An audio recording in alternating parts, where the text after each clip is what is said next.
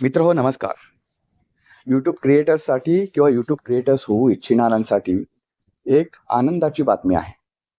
कारण 24 ऑगस्टपासून म्हणजे सोमवारपासून तुमच्या व्ह्यूजमध्ये अचानक वाढ झालेली तुम्हाला दिसणार आहे. ही बातमी सुखावणारी असली तर त्याच्यात अनेक गोष्टी अशाही आहेत ज्या तुम्हाला पटकन दाणकन अशा जमिनीवर आपटतील. त्या कोणत्या गोष्टी आहेत? व्ह्यूज अचानक कसे वाढणार आहेत? या संदर्भात तुम्हाला आलेल्या अपडेटचा अर्थ काय आहे? या सर्व गोष्टींविषयी आज आपण माहिती घेणार आहोत. तर व्हिडिओ कुठेही स्किप न करता शेवटपर्यंत पाहायला विसरू नका. मित्रहो, तुम्हाला तुमच्या YT स्टुडिओमध्ये म्हणा किंवा ईमेलवर एक अपडेटचा मेल आला असेल किंवा अपडेटचं नोटिफिकेशन आलं असेल. त्याचा विषय असा असेल, updating how we count public views to reflect your true exposure. अशा स्वरूपाचा जर मेल आला असेल तर त्या मेलचं मराठीतलं हे काय आहे ते मी तुम्हाला सांगणार आहे.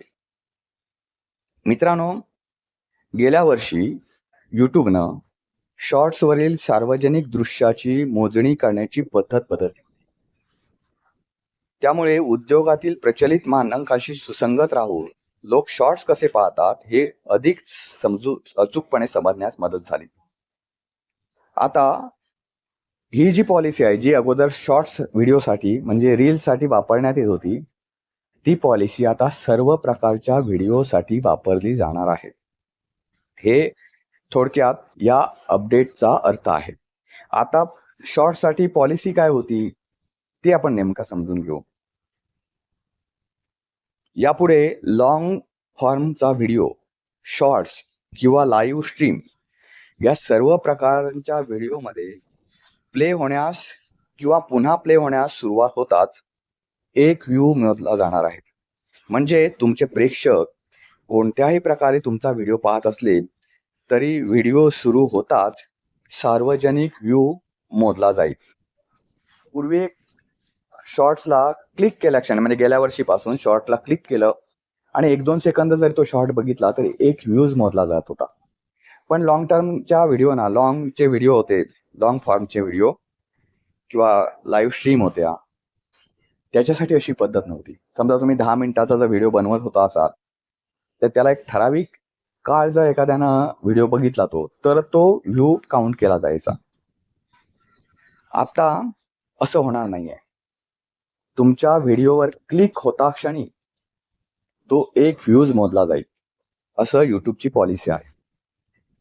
म्हणजे तुमचा जर एखाद्याचा हे चांगला असेल, आपला थंबनेल चांगला असेल तर लोक त्याच्यावर पहिले क्लिक करतात आणि नंतर काय की जाऊ दे, ह्या कशाला बघा, लगेचच जाहिरात लागली म्हणा किंवा काही म्हणा, मग तुमचा तो व्ह्यूज काउंट होत नाही. लोक क्लिक तर करतात पण तो काउंट होत नाही. तर असा व्ह्यू सुद्धा काउंट होईल. आता तुम्ही म्हणाल चला मग फायदाच फायदा आहे. तर असा जर भ्रमात तुम्ही असाल तर या भ्रमातून बाहेर या.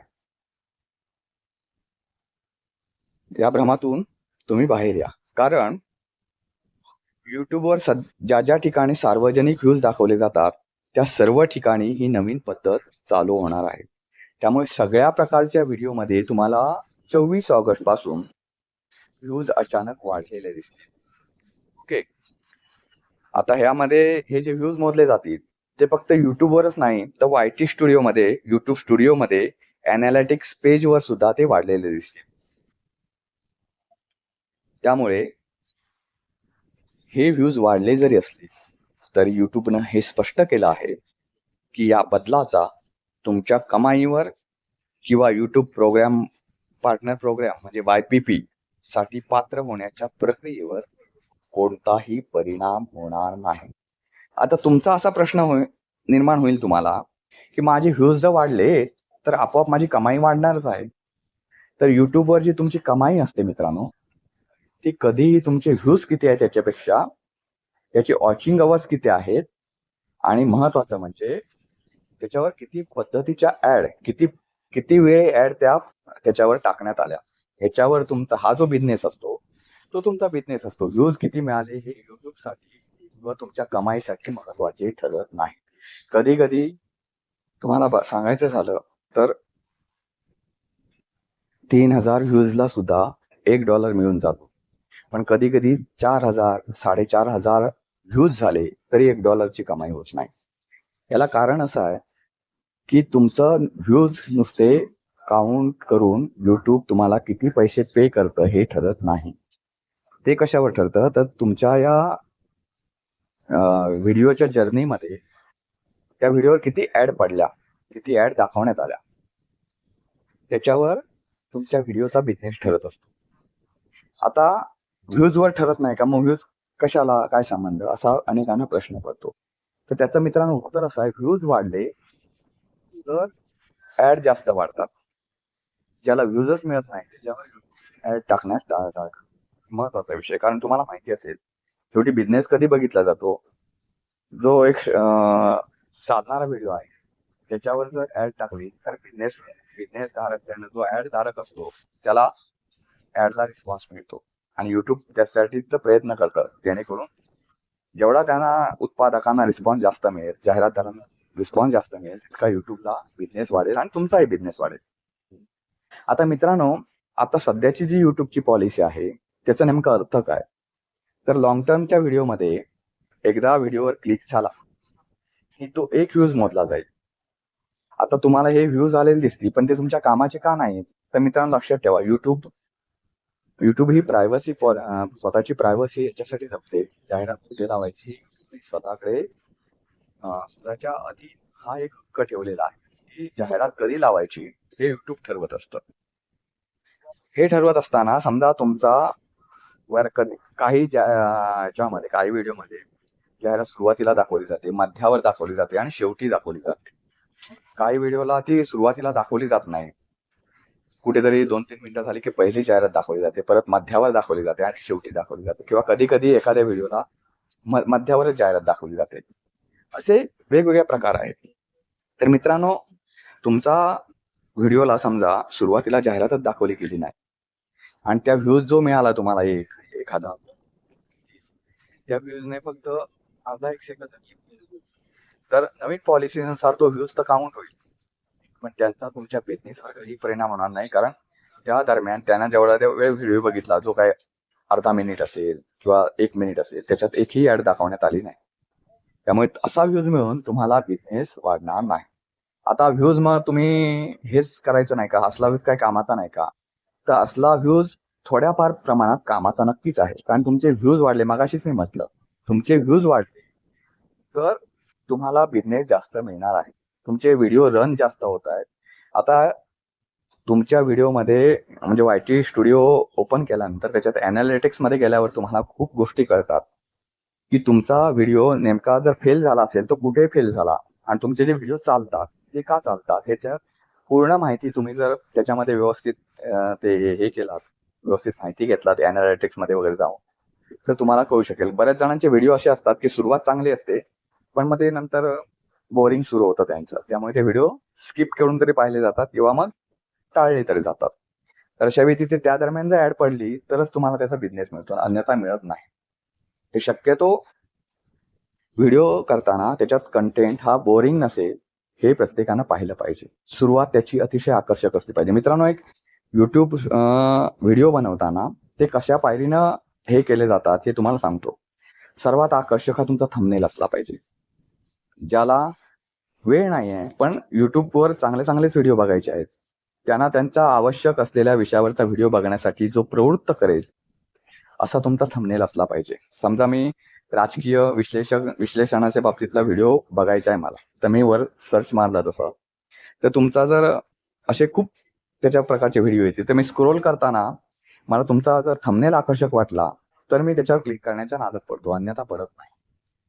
दुसरी गोष्ट, थंबनेल आकर्षक झाला, आता त्याच्यावर मी क्लिक पण केलं, पुढचं तुमची सुरुवात आकर्षक पाहिजे, जी उत्कंठावर्धक असेल अशी सुरुवात आकर्षक पाहिजे. त्याच्यासाठी अनेक जण उत्स्फूर्तपणे बोलतात पण त्यांच्या मुद्द्यातून एखादा विषय सुटू शकतो. अशा वेळी ज्या विषयावर तुम्ही बोलणार आहात त्याचे निदान मुद्दे तरी, स्क्रिप्ट जरी तुम्ही आणली नाही लिहून, तरी मुद्दे तरी ते असले पाहिजे तुमच्याकडे की जेणेकरून तो मुद्दा सुटून जाणार नाही. अशा वेगवेगळ्या मुद्द्यांवर तुम्ही त्याच्यावर चर्चा केलीत आणि मेन म्हणजे प्रेक्षकांना खेळून ठेवलात तर तुमच्याला व्ह्यूज जर जास्त येतीलच, परंतु त्याचा हे जो आहे म्हणजे ॲव्हरेज ड्युरेशन जे आहे ते सुद्धा चांगलं वाढेल आणि त्याला बिझनेस चांगला मिळेल.